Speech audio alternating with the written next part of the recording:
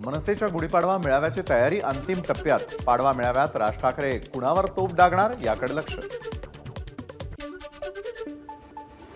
बाळासाहेब गेल्यानंतर शिवसेनेचं सत्व टिकेल याची काळजी उद्धव ठाकरेंनी घेतली आणि त्यांनी मुख्यमंत्री व्हावं ही आमची भूमिका होती। कोरोना काळामध्ये त्यांनी उत्तम काम केलं। बारामतीतील मेळाव्यात शरद पवारांकडून उद्धव ठाकरेंचं कौतुक। काँग्रेस नेहमी आंबेडकर विरोधी राहिलेली आहे। आंबेडकरांना हरवण्याचं काम काँग्रेसने केलंय। प्रकाश आंबेडकर प्रस्थापित होऊ नयेत म्हणून काँग्रेस प्रयत्नशील असते। चंद्रशेखर बावनकुळेंची टीका।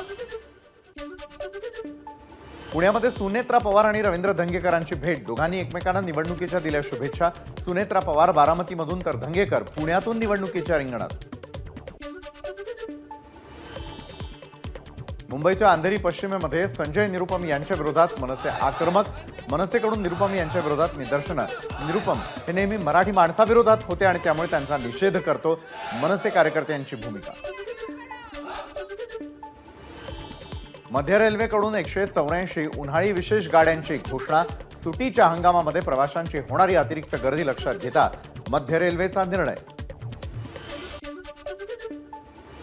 अंधेरी पूर्व आणि पश्चिमेला जोडणाऱ्या गोखले पुलाचे गर्डर मे महिन्याच्या अखेरपर्यंत बसवणार।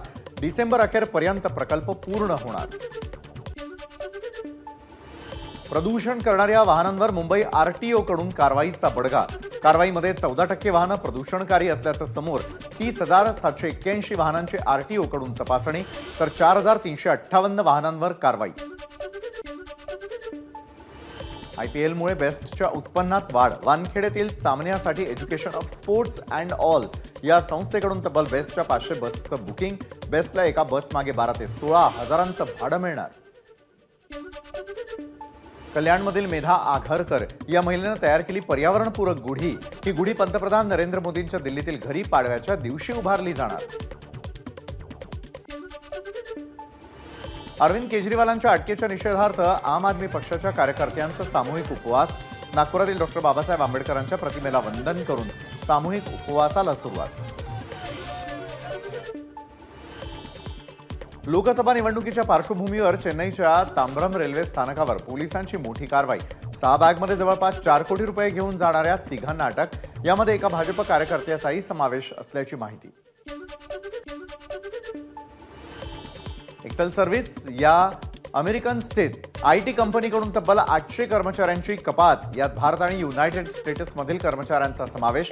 आर्टिफिशियल इंटेलिजन्सवर भर देण्यासाठी कर्मचाऱ्यांची कपात करण्याचा कंपनीचा निर्णय। एबीपी माझा, उघडा डोळे बघा नीट।